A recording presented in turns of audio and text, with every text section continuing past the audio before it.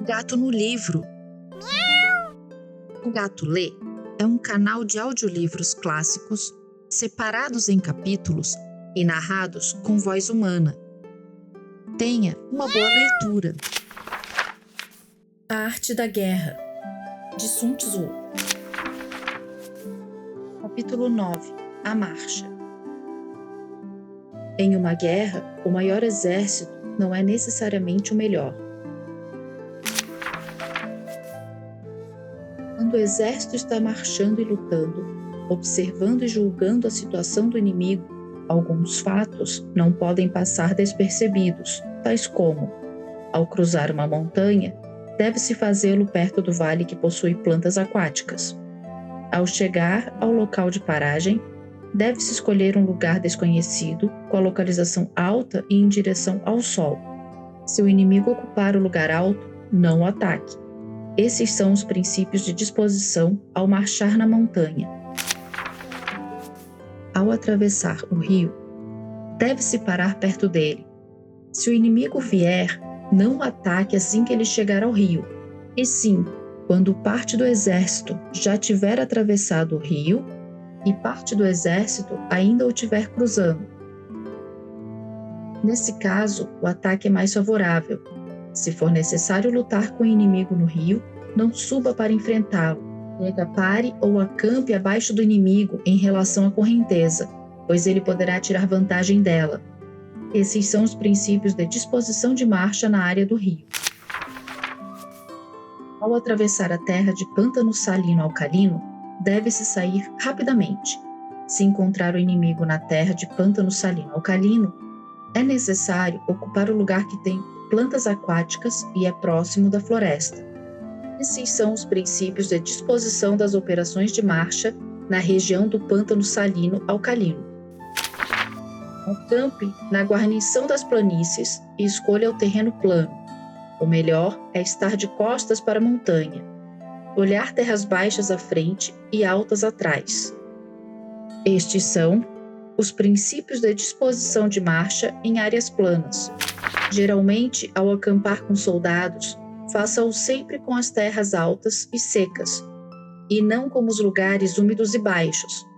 Faça-o de frente para o sol, evitando umidade, parando no local conveniente para a vida. Assim, os soldados estarão a salvo de diversas doenças, o que é uma condição importante para a vitória. Os montes e a guarnição de aterro devem estar acampados no lado do sol e de costas para o monte, com a colina atrás das tropas. Essas medidas vantajosas para o uso da força são obtidas a partir da topografia, que se torna o grande auxiliar na utilização do terreno. Rio acima, quando chove, e ao ver a água à deriva, o general deve aguardar até que a água estabilize e somente depois atravessar. Assim, ele evita a inundação torrencial. Não se aproxime de um terreno muito perigoso e arriscado. Fique longe dele. Deixe que o exército inimigo se aproxime dele, não o seu. Se o exército atua na área das montanhas perigosas, de baixa altitude, com floresta exuberante, e em áreas de floresta exuberante, pesquise cuidadosa e repetidamente, porque esses lugares escondem com facilidade tanto a emboscada quanto o espião. Se o inimigo está muito perto e ainda é possível manter a calma, é devido ao terreno perigoso. Se o inimigo está longe e vem nos desafiar, é por estar tentando induzir você a avançar. O inimigo tem suas razões, seus benefícios e intenções, ao preferir ficar em um lugar plano em vez de um lugar perigoso. Se há muitas árvores tremendo na floresta, significa que o inimigo está vindo em minha direção. Se há um monte de abrigo na grama, significa que o inimigo tentou me confundir. Se os pássaros de repente começam a voar, significa que há uma emboscada. Se os animais de repente começam a correr, significa que o inimigo me ataca em grande escala. Se a poeira é muito alta, significa que a carruagem inimiga está se dirigindo em minha direção. Se é muito baixa, porém larga, significa que o inimigo está andando até nós. Se a poeira é espalhada e tênue, significa que o inimigo está coletando a lenha. Se é pouca e vem de vez em quando, significa que o inimigo está pesquisando o terreno, pronto para acampar.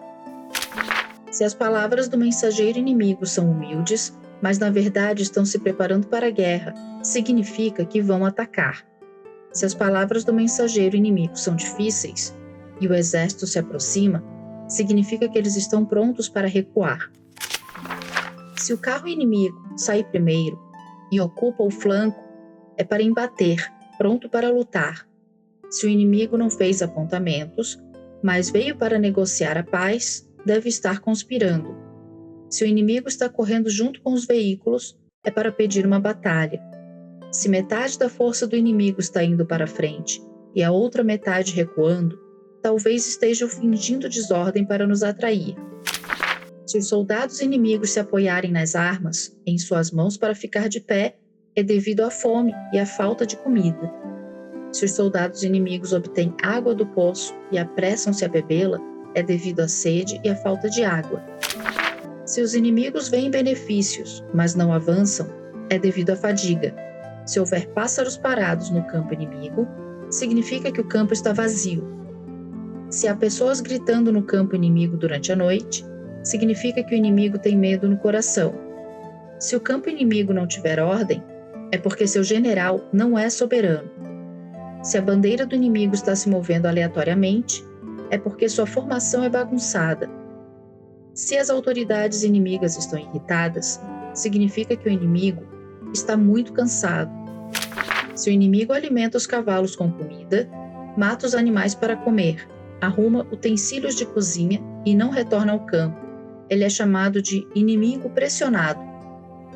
Se os soldados inimigos se reúnem e começam a sussurrar, é porque os generais não podem ganhar o coração deles. Se recompensam os soldados repetidamente, é porque não existe outra maneira de engajá-los. Se castigam o subordinado repetidamente, é porque estão em apuros.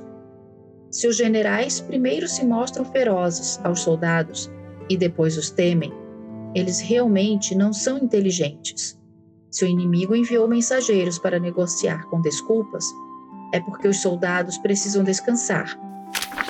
Se o inimigo veio furiosamente e, além de não lutar por um longo tempo, ele não parte, observe-o cautelosamente. Em uma guerra, o maior exército não é necessariamente o melhor. Aqueles que não preveem e subestimam o inimigo tornam-se seus prisioneiros. Ao se aproximar dos soldados, se a corrida geral é para puni-los antes mesmo de terem se afeiçoado ao general, eles não se submeterão. Por isso, será fácil ordená-los para lutar.